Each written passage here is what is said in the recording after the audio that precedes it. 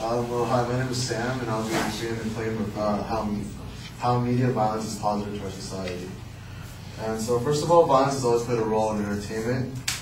There's always this growing consensus that in recent years, something about media violence has changed. So today I'll be refuting the argument that was previously made with the sub-claims that were violence is a way of reducing and releasing stress.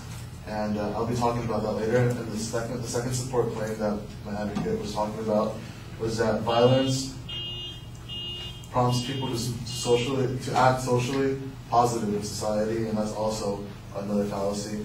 And the third claim that he made was that media violence helps the general economy. So today I'll be refuting that the argument made against media violence is that it's actually a negative impact. It actually has a negative impact on society. And today I'll be refuting that, but 3 main points: that it does not release stress. If anything, it causes more stress.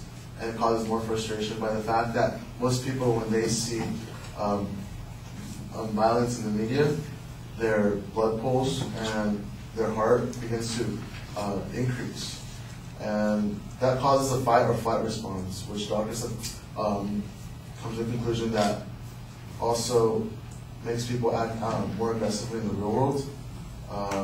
The notion of violence as a means of problem solving is reinforced by entertainment, in which both villains and heroes resort to violence on a continual basis, which is one of the themes that reoccurs in media violence, most likely in film and television and video games, whereas there's a hero and a villain, and both resolve to violence. That's not a way, and that's also a way that doesn't really help people cope with their stress and frustration problems. If anything, it makes them resolve to violence, which leads to more problematic conclusions. So what does it all mean? It means that due to exposure of said violence, a person will be more prone to act aggressively without really considering the other options to resolve the problem. A study conducted by the Kaiser Family Foundation in 2003 found that nearly 47% of parents with children between the ages of 4 and 6 report that their children have imitated aggressive behaviors from TV. However, the interesting note was that children are more likely to mimic positive behaviors, and that was 87% of the kids that were tested.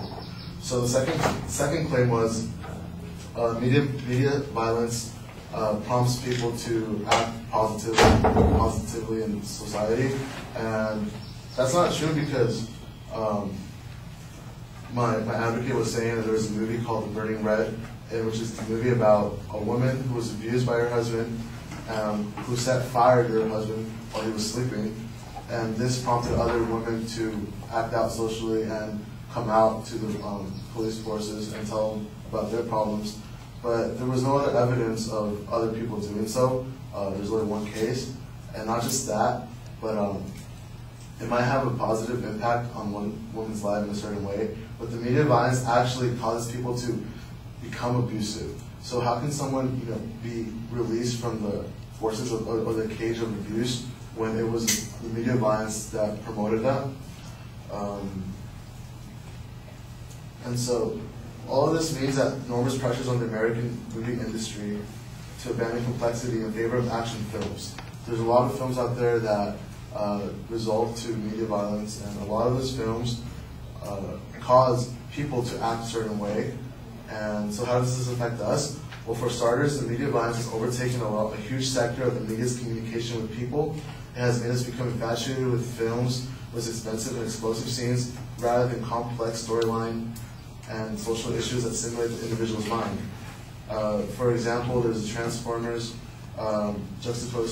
there's Michael Bay's Transformers juxtaposed to Peter Jackson's King Kong, and both are major blockbuster films, but you see on one of the films, Transformers films, it's huge with action-packed scenes, as opposed to King Kong, which is more dramatic, more enticing scenes, and as a result, you have Transformers being a much more successful film when it comes to revenue, and that really affects the way people see money making, which is a very claim that the advocate was saying, that media violence helps the general economy.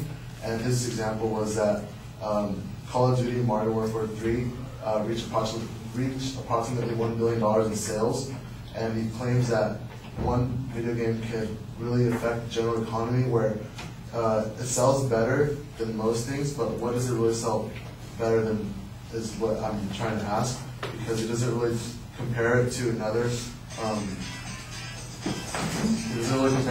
industry, and also not all video games sell the same, have the same amount of revenue, so that's also another point that I wanted to make. So what I'm trying to say is that overall, media violence has a significant negative impact on society, more importantly to the individual, as they're the ones who are consuming and paying for the violence, and not only that, but it makes them more aggressive. So,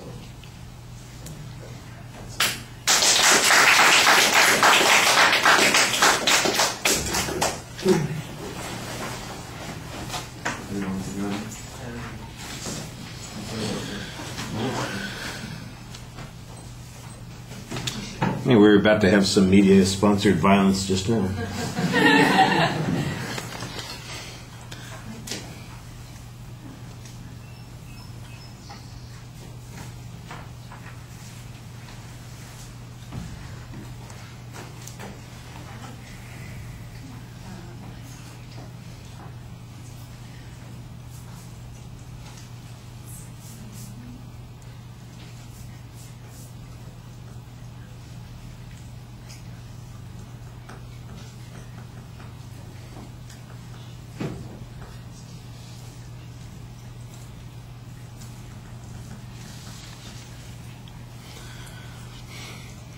Right, the structural things are pretty clearly listed. I think it was a little ambiguous originally what the main proposition was, but as you start getting to the points, it becomes clear what the inference seems to be. Your challenge on the first point about stress, you give us some background on fight or flight, and I understand that concept, but I don't know how that concept applies to the catharsis argument that the advocate is talking about.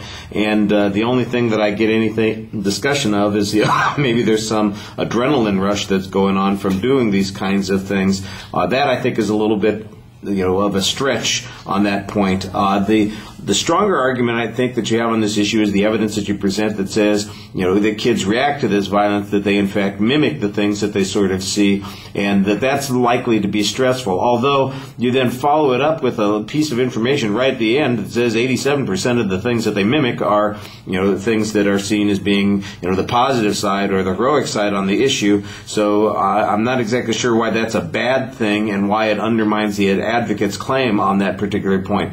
As you get to the second point, you label that pretty clearly, although I think it sounded like you said the burning red instead of the burning bed, which is kind of a different issue. But that's just be careful about the original reference. Make sure that it's consistent on that.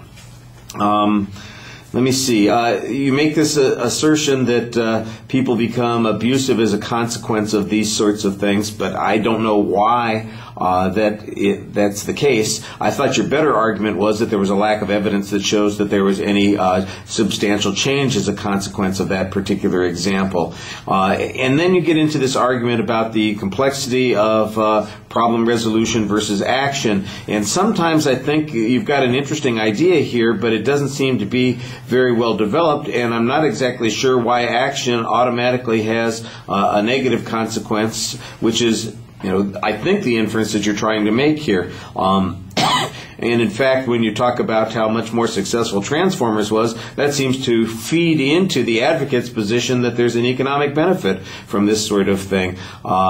Your challenge on the last point basically comes down to the same sort of thing that you had on the earlier point on the burning bed, and that is, look, we've got a single example. There's no way that we can make a generalization from this sort of stuff. I think the better argument that you have, the one that seems to be running through as a theme but doesn't get completely developed, is that the violence in these games and in society creates substantial problems for us, and those problems engender more stress, that they create a greater variety of problems for us to deal with, and in the long run they're going to create costs for us. I think that's the way you want to make that stream work for you, and you kind of intellectualize these ideas instead of coming to a more dramatic clash on the ideas. And I think that explaining theories is not a bad way to go if you have plenty of time, but you need to be a little bit sharper in telling us what the contrast is between your point and the advocate's point.